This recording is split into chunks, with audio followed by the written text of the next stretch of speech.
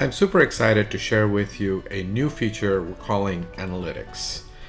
The idea here is for you to know what you're talking about across all of your clients as well as individually. So in the 360 view, if you click the Analytics platform and let it compile all the latest data, and once it's fully loaded, we'll go through what each of these data points means for you.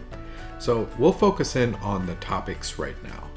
These are the topics that you're using across all of your client base, and what this does is graphically representing them via pie charts.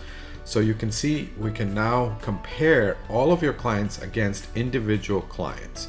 I'm going to choose the top 10 topics you're using, so go ahead and click on that to see what you're using across your practice on a top 10 basis.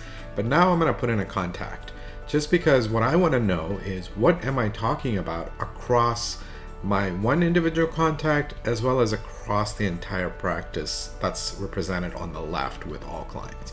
So you can see here for Dana, 13% of the conversation has been around investment versus your typically 18% across your clients.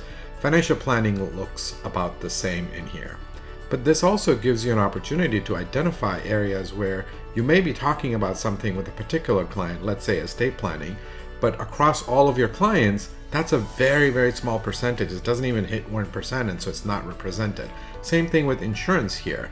You're talking 6% of the time with Dana about insurance. Across all of your client base, it's not even registering over 1%, right? So there's an opportunity for you to think about for your practice. That's one way of kind of looking at this data and analyzing it and using it.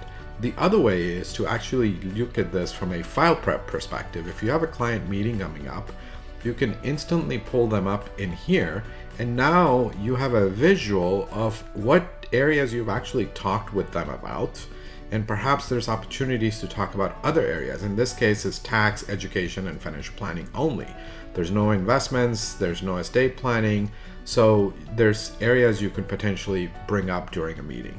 Perhaps it's by design, but at least this gives you a visual to quickly see what you may want to cover with your clients, right? And the topics are listed right there. This area is pure numbers, and basically what it shows you is total contacts we've pulled down from your CRM, and then the active contacts are how many you've actually added notes in Pulse 360. So you can get an idea. In this case, about 5% of our clients we're really talking about. These are tasks that we have created in Pulse back into the CRM, so you can see where they're at, as long as they're pending. If they're completed, they won't show.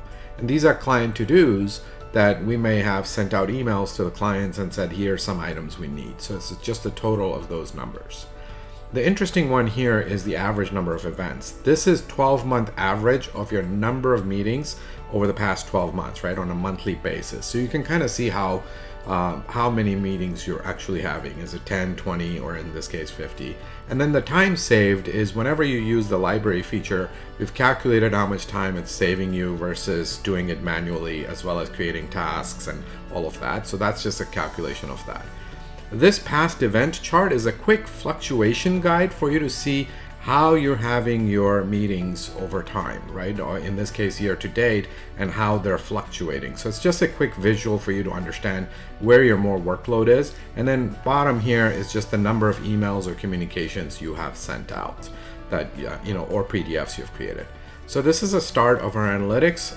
Let us know how we can help you use Pulse 360 to get 10x value. And if you have any questions, reach out to us. Thank you.